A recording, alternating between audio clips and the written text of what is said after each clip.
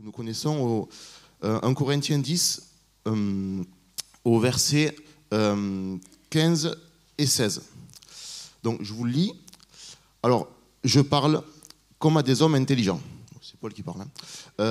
Jouez-vous vous-même de ce que je dis. La coupe de bénédiction que nous bénissons n'est-elle pas la communion au sang de Christ? Le pain que nous rompons n'est-il pas la communion au corps de Christ? Bon, après, le passage continue. Mais c'est vraiment ces quelques lignes qui m'ont interpellé. Parce que quand on réfléchit, la scène, c'est quand même un acte des plus basiques. Il n'y a rien de magique, il n'y a rien de particulier. C'est du pain, c'est du jus de raisin. Mais c'est quand même un acte avec lequel Dieu choisit de manifester son amour. Et cet acte, finalement, où on mange, où on boit, c'est quand même un acte où on communie avec le corps et le sang du Christ. Où finalement, avec l'acte le plus simple qu'on puisse trouver quasiment dans notre vie de tous les jours, Dieu il nous apporte quasiment les plus grands témoignages, les plus grandes manifestations de son amour pour nous. Parce que bon, si on prenait tous les passages de l'Écriture, donc il communie avec nous, nous commémorons son sacrifice, nous célébrons vraiment sa victoire sur la mort. Il y a beaucoup de choses dans cette scène. Et pourtant, ça reste quand même manger et boire du pain et du jus de raisin. Et je trouve que c'est un peu notre comment dire, c'est un rappel de son amour, et c'est un rappel effectivement que cet amour, Dieu nous le rappelle toujours dans les choses simples. Effectivement, ça va être vraiment, il va vouloir nous montrer combien il nous aime, combien lui, nous comptons pour lui, qu'est-ce qu'il a été prêt à faire pour nous. Et c'est vrai que si on s'arrête ici, il parle effectivement de la chair et du sang. Puisqu'il dit, effectivement, si je reprends la communion au sang de Christ, effectivement, et la communion au corps du Christ. Et on peut se dire, finalement, notre corps et notre sang, mais normalement, ce n'est pas les choses qui nous rapprochent de Dieu.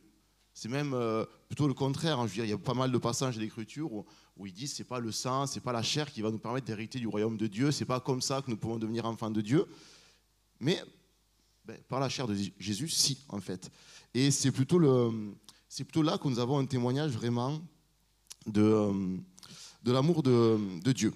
Alors, juste, je me suis réfléchi, mais en quoi vraiment on a cette communion à travers, on va dire, la chair et le sang de Jésus. Alors, il y a plusieurs passages qui me sont venus à l'esprit. Alors, le premier d'entre eux, c'est dans 1 Jean, chapitre 1. Oh, c'est un passage aussi connu, hein, donc... excusez-moi. Donc, 1 Jean, voilà, chapitre 1, et c'était... Et donc, c'était le premier verset de la première épître de Jean, au premier chapitre. Donc, et Jean, il dit, effectivement, ce qui était dès le commencement, ce que nous avons entendu, ce que nous avons vu de nos yeux, ce que nous avons contemplé, et ce que nos mains ont touché, concernant la parole de vie, et la vie a été manifestée, et nous l'avons vue, et nous lui rendons témoignage, et nous vous annonçons la vie éternelle qui était auprès du Père et qui nous a été manifestée. Et moi, c'est toujours ces passages, bon, on les connaît, mais ils sont touchants parce que nous voyons que Dieu,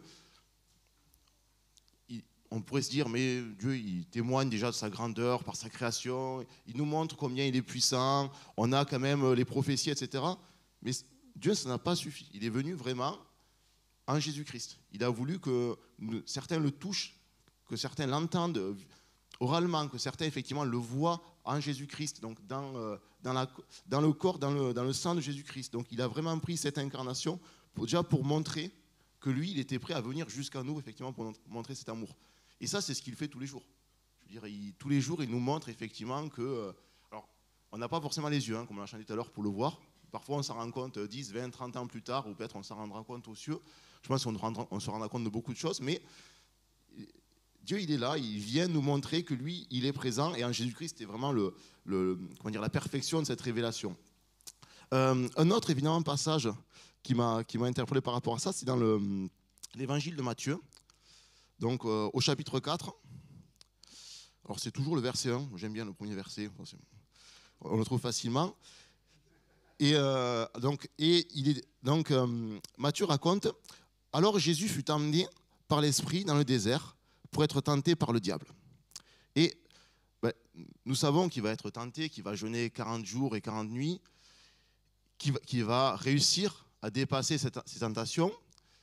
Et là aussi, bon, on peut se dire, oui, bon, Jésus l'a fait, bon, mais moi, effectivement, au bout d'un jour de jeûne, effectivement, je suis en train de compter tout ce qu'il y a dans mon placard, effectivement, bon, c'est le jeûne était là pour la spiritualité, mais finalement, c'est surtout mon estomac. Mais non, c'est justement là où c'est intéressant, dire que le corps et le sang de Jésus, c'est notre victoire. Parce que ce n'était pas une victoire pour lui, c'était une victoire pour nous. Il a fait ça, effectivement, pour nous montrer que nous avons la victoire en lui. C'est-à-dire que même si nous échouons, oui, je vais jeûner aujourd'hui, j'y arrive pas, bon. Mais Jésus, lui, c'est pas grave. Nous, on est au bénéfice, effectivement, de son jeûne. Et il va toujours être là, effectivement, pour nous amener à lui, pour nous retrouver des moyens où il va nous parler, où on va pouvoir lui consacrer du temps. Et on a, effectivement, quand on prend cette scène, on se rappelle, effectivement, toujours de sa victoire, effectivement, dans son corps et dans son sang, effectivement, pour nous. Et alors, il y aurait beaucoup de choses à dire, mais juste un dernier verset. C'est dans Hébreux, au chapitre 2. Hébreux. Et c'est au verset 14. Et donc nous lisons, ainsi donc, puisque les enfants participent au sang et à la chair, il y a également participé lui-même, afin que par la mort, il anéantit celui qui a la puissance de la mort, c'est-à-dire le diable, et qui délivra tous ceux qui, par la crainte de la mort, étaient toute leur vie retenus dans la servitude. Et c'est vrai qu'on se dit, si on prend nos ancêtres, et puis nous aussi, nous, le diable, il nous a eu, il a menti, il nous a amenés à la mort finalement, il avait fait Adam, mais il le fait à chacun d'entre nous, c'est-à-dire il nous raconte des choses, et puis effectivement, il nous promet une forme d'immortalité, une forme de ne pense pas à la mort, et puis on y pense quand même tout le temps, et puis malgré tout, on a cette mort, et en Jésus-Christ, effectivement, uni à son sang et à son corps, là, nous avons vraiment la vie éternelle. C'est-à-dire que lui, il a triomphé. Lui, nous savons qu'il y a la résurrection. Ce n'est pas un truc qui n'est pas arrivé. Il y a eu des témoins qui l'ont vu, qui ont témoigné, qui sont morts pour ça. Et vraiment, en union avec... Quand on réfléchit, quand on prend...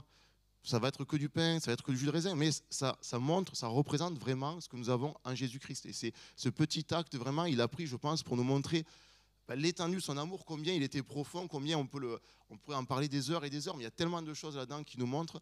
Et voilà, c'était des pensées qui m'ont vraiment travaillé durant toute cette semaine.